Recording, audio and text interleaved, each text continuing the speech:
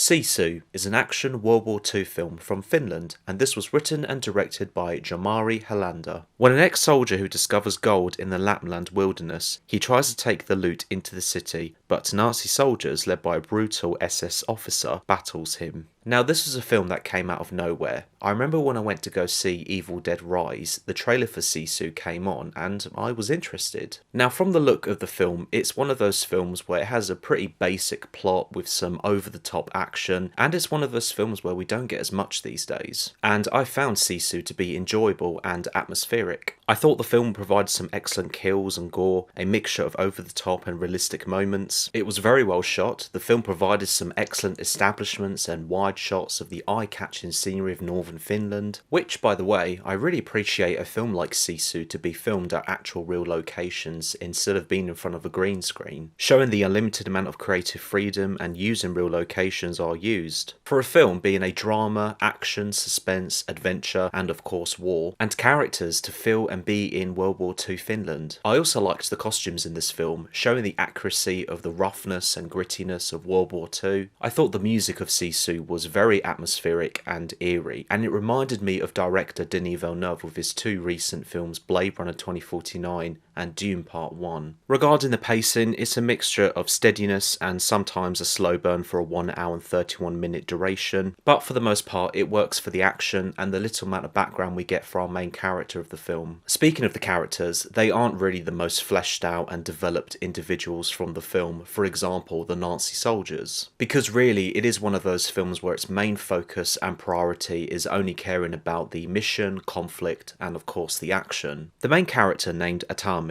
has little background about him being a legend in Finland. While it's pretty familiar to other characters such as John Wick, it's pretty believable for a character like him to not mess with and why the conflict of this gold has kicked off. I very much liked that he keeps quiet throughout the most of the film. Shows that he just comes across as some average and innocent guy, but there is so much more to him, and it's a great way of engaging your audience from a character like Atami. From the use of show and don't tell. What I appreciate the most about Sisu is it's a great example of showing less is more in filmmaking. The many possibilities a $6 million budget film can provide, having a variety of technical aspects that do not need to be spent hundreds of millions of like a lot of current action movies do. In addition to the straightforward plot with a bunch of characters that are all useful and needed for the film, or just to be killed off for entertainment, and not making the experience overloaded with a bunch of stuff just like Fast X did. I do think some viewers will admire this film from what I just said. I also reckon some viewers will find a film like Sisu to be really average and will not understand the why behind it. To be more specific, why do we need a film like this in today's generation? We've seen this many times before. I do have a couple issues with this film. I thought the finale was a bit weak from the CGI aeroplane and the exterior shots that we see. There was this strange moment when the main character lays a trap for the Nazi soldiers, which is a crashed plane that he was flying.